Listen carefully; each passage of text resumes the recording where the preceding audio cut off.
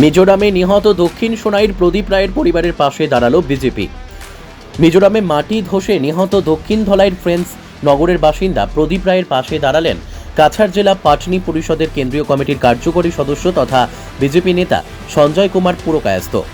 শুক্রবার সঞ্জন কুমার পুরকায়স্থের নেতৃত্বে বিজেপি ও পাটনি পরিষদের এক প্রতিনিধি দল প্রদীপ রায়ের ফ্রেন্ডস নগরের বাড়িতে গিয়ে তার স্ত্রী সুমিত্রা রায়ের হাতে কিছুটা আর্থিক সাহায্য তুলে দেন।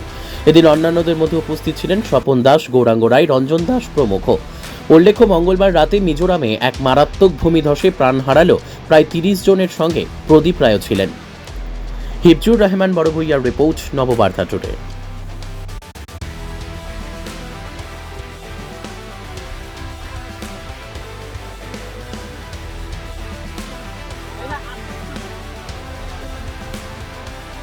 নমস্কার। বিগত 29 মে বুধবার মিজোরাম কোয়ারিতে কর্মরত 17 জন শ্রমিকের অকাল মৃত্যুর ঘটনায় আমরা সবাই মর্মাহত। প্রচণ্ড ঘূর্ণিঝড় রেমালের তাণ্ডবে অনেক ক্ষয়ক্ষতি হয়েছে। বিভিন্ন জায়গায় মানুষের মৃত্যু ঘটেছে, দুর্ঘটনা হয়েছে। অনেক প্রাকৃতিক বিপর্যয়ের তাণ্ডবে পড়ে মানুষের পারিবারিক জীবন বিচ্ছিন্ন হয়ে পড়েছে। সেই রকম এই এলাকার দলাই বিধানসভা সমষ্টির ফ্রেন্সনগর এলাকার কি নাম প্রদীপ রায় মহাশয় কর্মরত অবস্থায় মিজোরামে ওই তাণ্ডবের শিকার হয়েছেন। উনি আজ আমাদের মধ্যে নেই। ওনাদের পীড়িত পরিবার আজ অসহায় অবস্থায় পড়ে আছে। বিভিন্ন সংগঠন থেকে কর্মকর্তারা এখানে এসছেন, আর্থিক সাহায্য প্রদান করছেন। আমার মনে হয় সেটা যথাযথ নয়। এই পীড়িত পরিবারের একমাত্র উপার্জনকর্তা প্রদীপ রায় মহাশয় ছিলেন। আজ ওনার এই শোকবিধ্বস্ত পরিবারের পাশে এসে আমরা দাঁড়িয়েছি।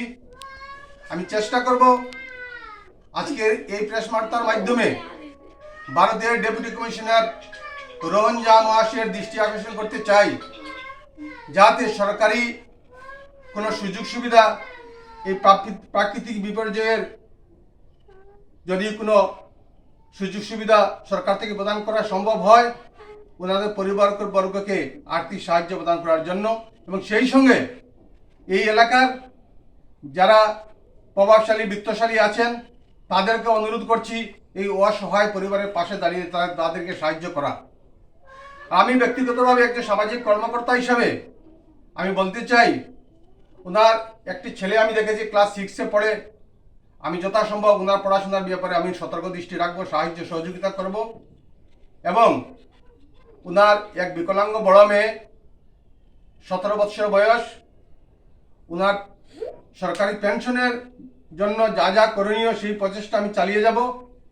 যদি এই সুযোগটি হয়, কাগজপত্র ডকুমেন্ট সব ঠিক থাকে, আমি সেই কাজটা করে দেওয়ার চেষ্টা করব। এবং সবাইকে এই পরিস্থিতির জন্য এগিয়ে আসার জন্য সবাইকে আহ্বান করছি, যাতে আমরা সবাই মিলে এই দুস্থ পরিবারের পাশে দাঁড়াতে পারি, তাদের সহানুভূতি দিতে পারি। সেই আশ্বাস রেখে আমার এই বক্তব্য এখানেই শেষ করছি। নমস্কার।